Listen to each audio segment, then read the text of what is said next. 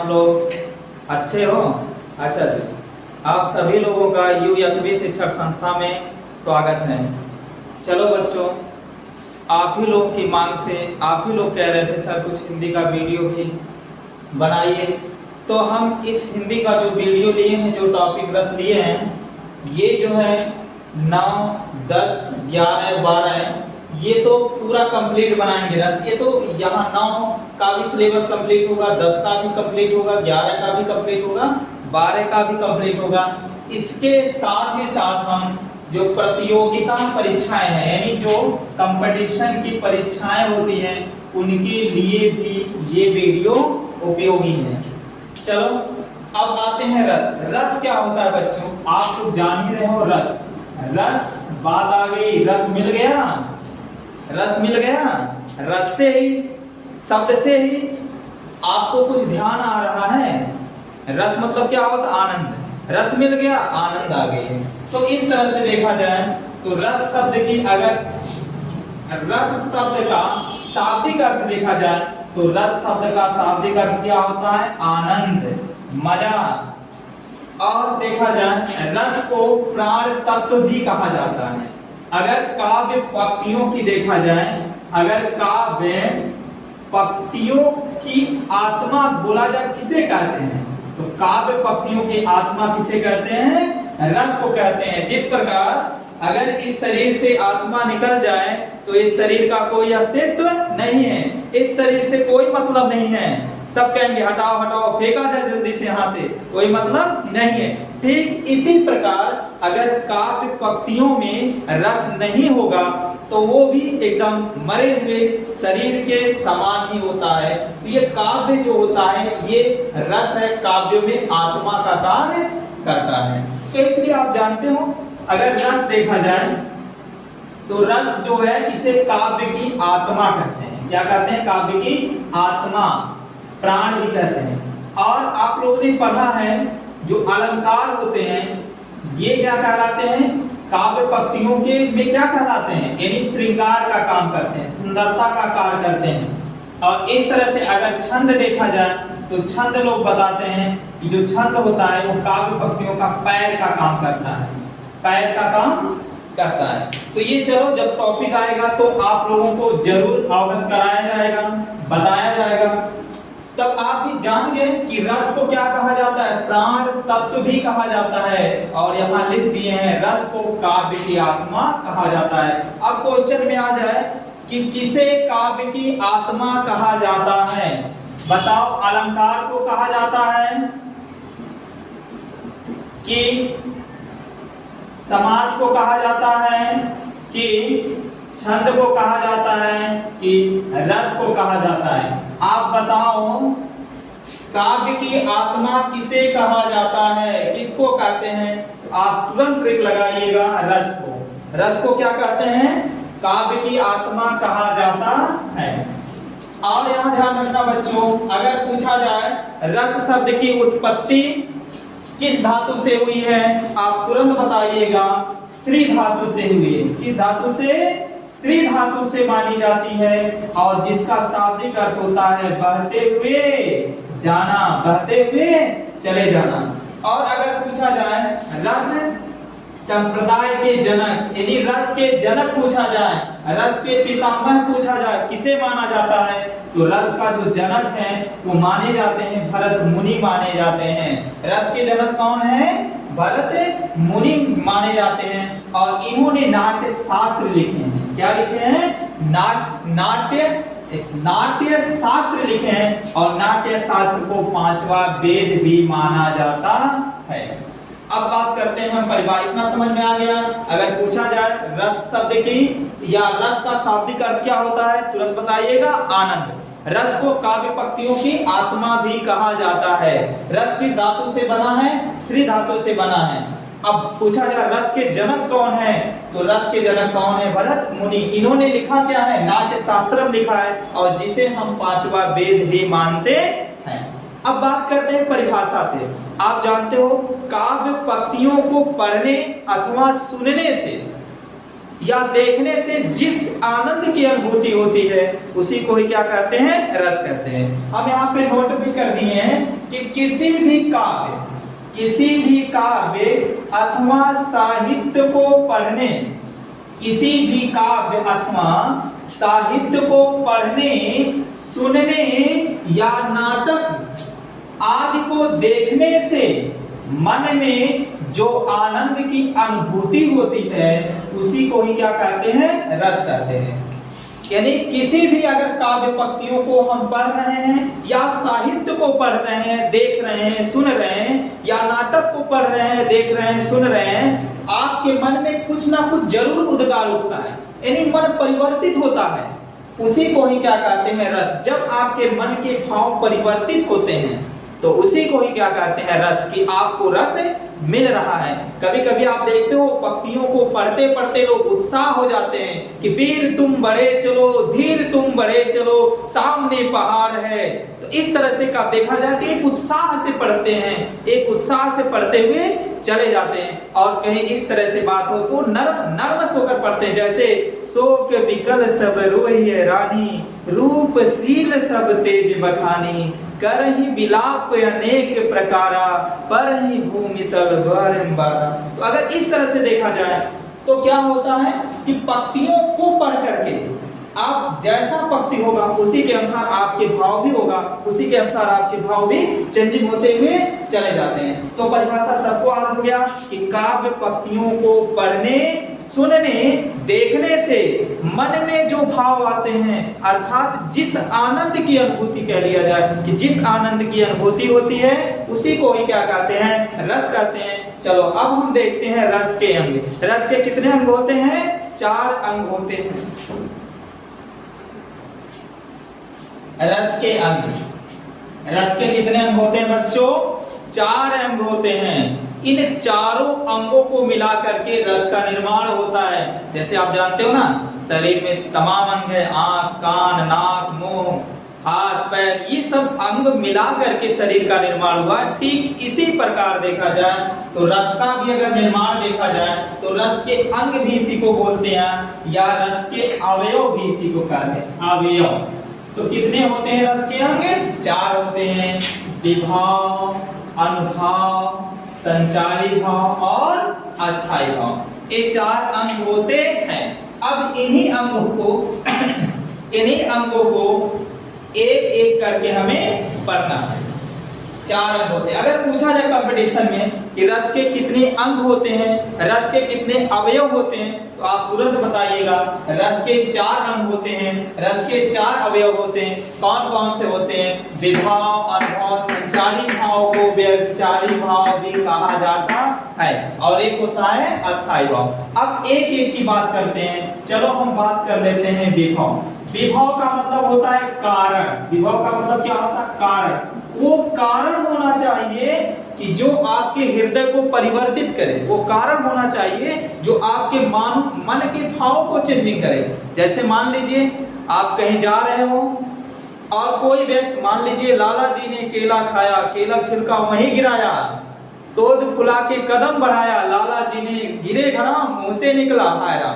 तो आप ऐसे सिचुएशन में आप खड़े हो और कोई मोटा सा आदमी आपके सामने से होकर जा रहा है और आप कुछ सोचते हुए जा रहे हो, या मान लीजिए जा रहे हो अपने मूड में। अब उस व्यक्ति को आप देखोगे, तुरंत क्या होगा? आपके मन के भाव को चेंज होगा, मन के भाव तुरंत चेंज हो जाएंगे, आप तुरंत हंसना स्टार्ट कर देंगे। तो आप देखें क्या वो कारण था?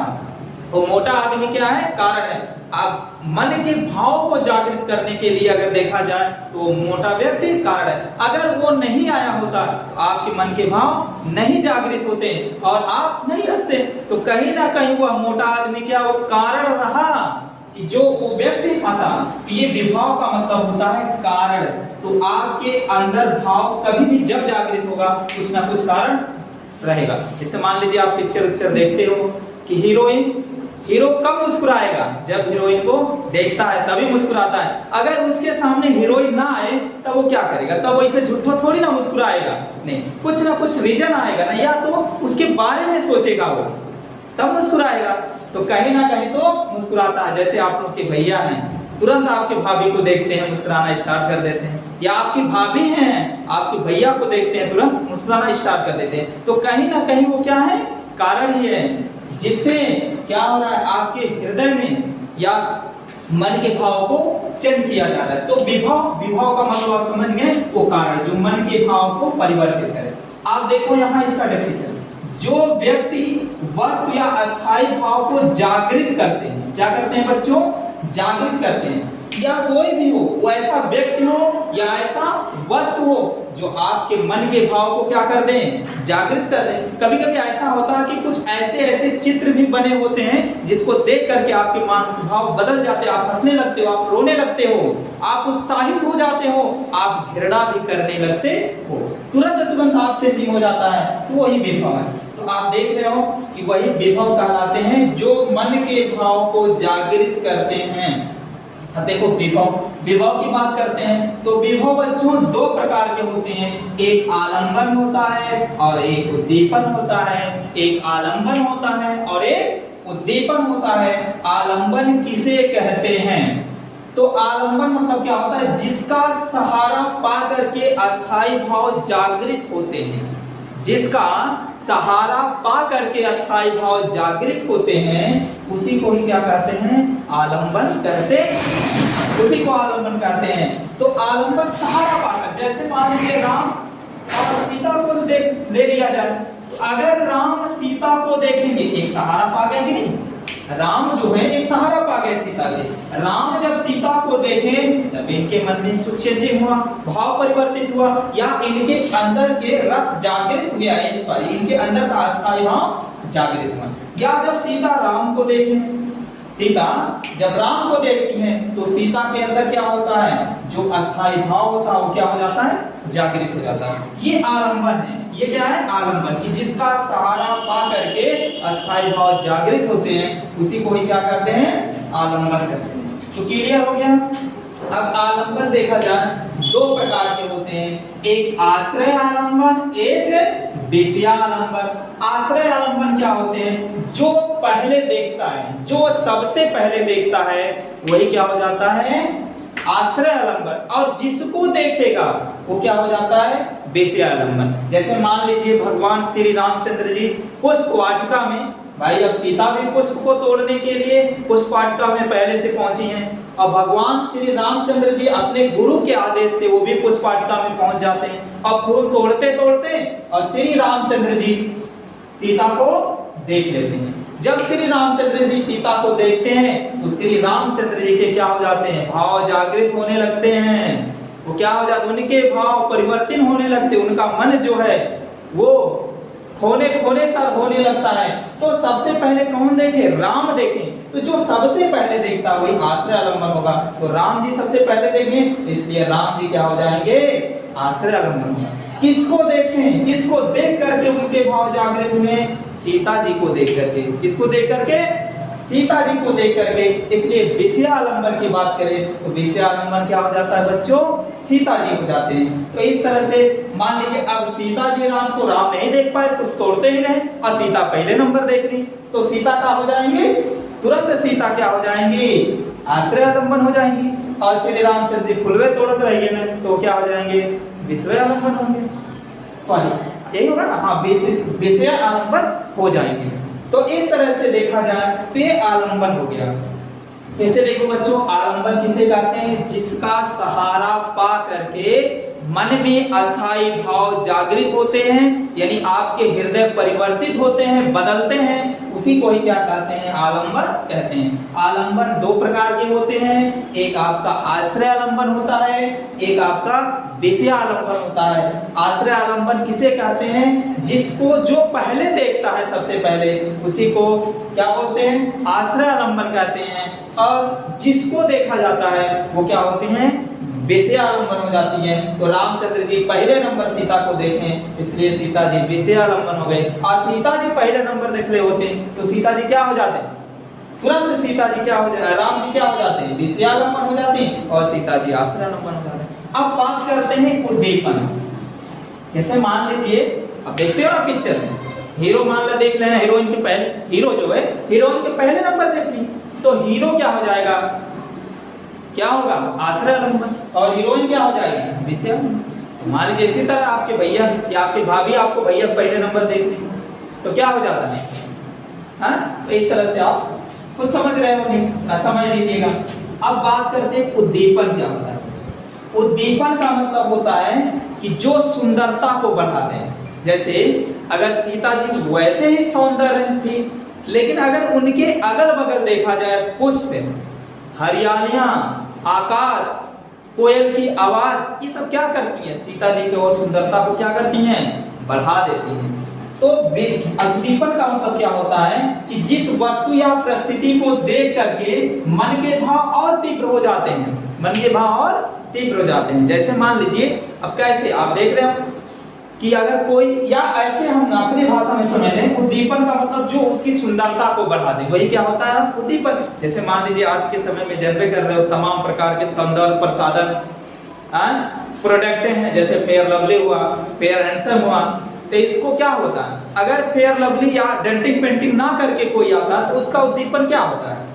उतना बढ़िया नहीं होती है। अरे भाई मान लीजिए आप ही लोग हैं, क्या मान लीजिए पिक्चर देखते हो, अगर हीरोइन जो होती है उतना डेंटिंग पेंटिंग ना करें तो उतना सौंदर्य, उतनी जो है उनकी आलंबन उतनी बढ़िया नहीं आएगी। लेकिन जब डेंटिंग पेंटिंग कर लेती हैं तो उनका आलंबन क्या होता है? और बढ़ जाता है। और देख करके और मन के भाव भी क्या होते हैं? और बढ़ने लगते हैं, बढ़ने लगते हैं। यानी सुंदरता भी क्या करता है? मन को बहुत तीव्र से चेंजिंग करता है, या मन से भी क्या होता है? चेंजिंग करता है।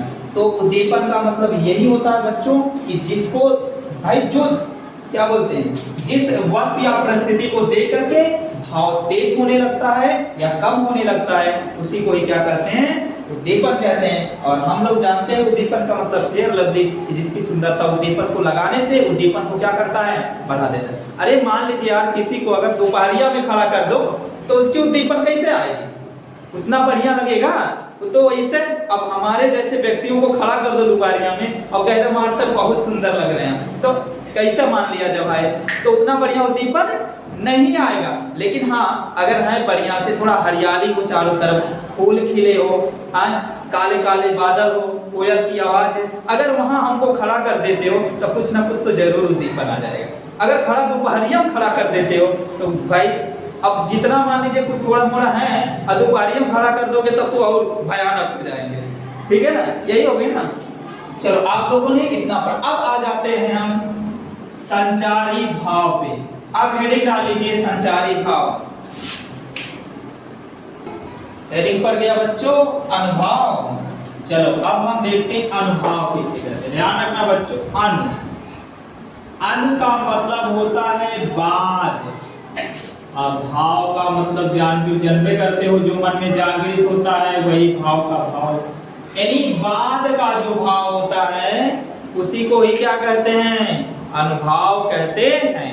बाद का भाव यानी अब देखो जागृत, जब मन में जागृत हो जाती है, जागृत होने के बाद यानी आप कह सकते हो जो शरीर की बाहरी चेष्टाएं होती हैं वही क्या होता है? अनुभाव। जैसे यहाँ लिखा है मुंह घुमाना। अगर आप कोई किसी की भाई बात कहें, आप किसी से अपनी बात रखें और वो क्या किया? मुंह को घुमा लिया, आप इशारा समझ गए ना? हाँ, कि वो नहीं कह रहा है। मुंह लाल होना, जूता या चप्पल से मारना, ये सब क्या होते हैं? अनुभाव होते हैं। यानी बाद के भाव, बाद के भाव होते हैं। जैसे मान लीजिए आप जानते हो ना, पिक्चर देखे हो कि जब हीरोइन से कुछ कहता है तो हीरो क्या कहता है? तुरंत इशारा देता है। ये सब क्या है? भाव की बात है। आंख मारना क्या है भाई? भाव के बाद, मतलब देखोगे ना, बाद का भाव है। समझ जाते हो ना, अगर कोई इशारा कुछ कर रहा है, ऐसे से कर रहा है, समझ जाते हो कि बुला रहा है। कहीं जा रहे हो, मुस्कुरा दिए तो समझ गए भाई मुस्कुरा रहा है तो कोई बात ही तो जरूर होगा। तो ये सब क्या है? बाद के भाव हैं। क्या है? बाद के भाव। अब देखा जाए तो अनुभाव देखा जाए तो अनुभाव के 4 भेद होते हैं। अनुभाव कितने प्रकार के होते हैं? 4 प्रकार के होते हैं। जैसे कायिक अनुभव का मतलब होता है शारीरिक अनुभव। क्या होता है? कायिक अनुभव का मतलब क्या होता है बच्चों? शारीरिक। ठीक है ना? ये क्या होता है? जैसे कोई घूर रहा है, जैसे अक्सर लड़कियां ज्यादा घूरती होती हैं, तो अगर लड़कियों का घूरना क्या है? शारीरिक चेष्टा है। ऐसे ऐसे करना तो शारीरिक चेष्टा है, यही है ना? ये सब कायिक है। ऐसे ऐसे करना ये कायिक है। ठीक है ना? सर को हिलाना, ये सब क्या है? क्योंकि शारीरिक चेष्टाएं हो रहे हैं, जिसी को क्या कहते हैं? कायिक अनुभव कहते हैं। तो जैसे में आप जान गए लड़कियों का घोषणा, सात्विक अनुभव, सात्विक अनुभव का मतलब ये अपने आप हो जाते हैं, ना चाहते हुए भी क्या हो जाते हैं, अपने आप होते हैं। जैसे मान लीजिए आपने शेर को देखा, अब क्या हो, आप क्या हुआ, अब कांपना स्टार्ट किए। क्या आप चाह रहे हो कि मेरा शरीर कांपे? नहीं, आप नहीं चाह रहे हो, लेकिन आपका शरीर क्या हो जाता, कांपना स्टार्ट हो जाता। तो ये अपने बस में नहीं है। यही क्या है, यही सात्विक अनुभव, पसीना छूटना। भैया आप सांप को देख लिए या पसीना, या मान लीजिए जैसे मान लीजिए आप कहीं से चोरी उरी किया या कुछ काम ऐसे किए हैं और कोई आपका मित्र बता दिया भैया पापा तो जान गए हैं, तब क्या होगा, उस समय आपकी हालत डाउन होती चली जाएगी, आपके चेहरे का रंग उड़ता हुआ चला जाएगा। तो यही चेहरे का रंग उड़ना ही क्या कहलाता है, सात्विक अनुभव है। आप कांपने लगेंगे, कांपना ही क्या है, सात्विक अनुभव। तो आपने सात्विक अनुभव जाना। इस तरह से वाचिक, वाचिक अनुभव का मतलब है जो वाणी के द्वारा आपकी बाहरी चेष्टा होती है, वाणी शब्दों के द्वारा होता है, वही क्या हो जाता है आपका वाचिक। आहार अनुभव का मतलब वेशभूषा, अगर वेशभूषा से देखा जाए जो मन के भाव होते हैं, बाद के भाव होते हैं, वही क्या हो जाता है, आहार अनुभव होते हैं। चलो बच्चों अब हम लोग अगला पढ़ेंगे। अगला हेडिंग होगा संचारी भाव।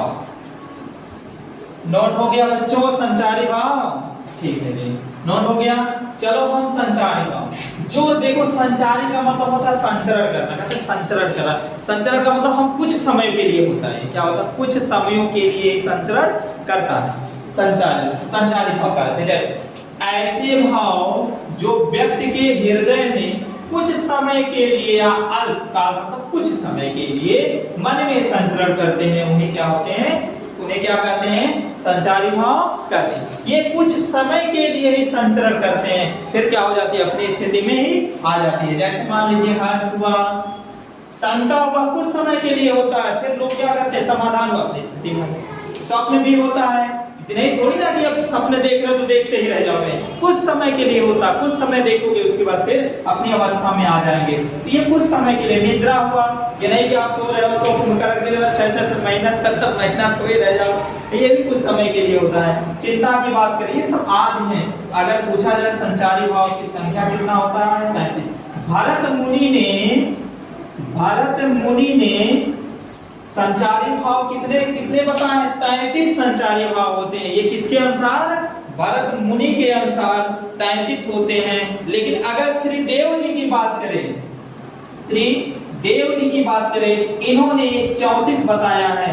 इन्होंने कितना बताया है, 34 बताया। इन्होंने एक छल इसमें जोड़ दिया है, छल को जोड़ करके इन्होंने श्री देव जी महाराज ने क्या ये कितना बताया है, 34 बताए। और भरत मुनि के अनुसार देखा जाए तो संचारी भाव कितने होते हैं बच्चों, 33 होते हैं। ये संचारी भाव कुछ समय के लिए होता है, फिर पुनः अपनी स्थिति में लोग आ जाते हैं। चलो बच्चों अब हम पढ़ते हैं एक अस्थायी भाव, जो आपका रस का जो एक अंक है वो बचा है, क्या है, अस्थायी भाव है। चलो उसके बारे में हम लोग अगले वीडियो में देखते हैं।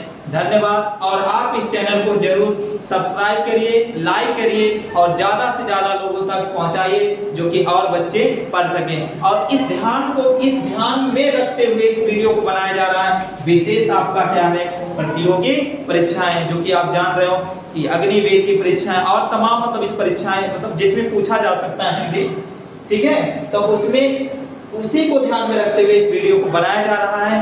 तो आप लोग जरूर इसको ज्यादा से ज्यादा बच्चों तक शेयर करिए। धन्यवाद। अब हम मिलते हैं अगले वीडियो में। नमस्कार।